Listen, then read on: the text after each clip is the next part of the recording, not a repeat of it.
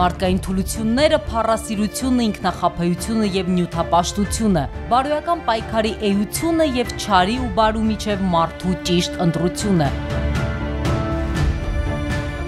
20-րդ դարի ամենաազդեցիկ մտածողներից մեկի «Զուտ քրիստոնեություն» եւ «Նարնիայի քրոնիկոն» գրքերի հեղինակ Clive Staples Lewis-ի կլանիչ ու խորաթափանց մարտահրավեր նետող, մտորելու դրդող ստեղծագործությունը։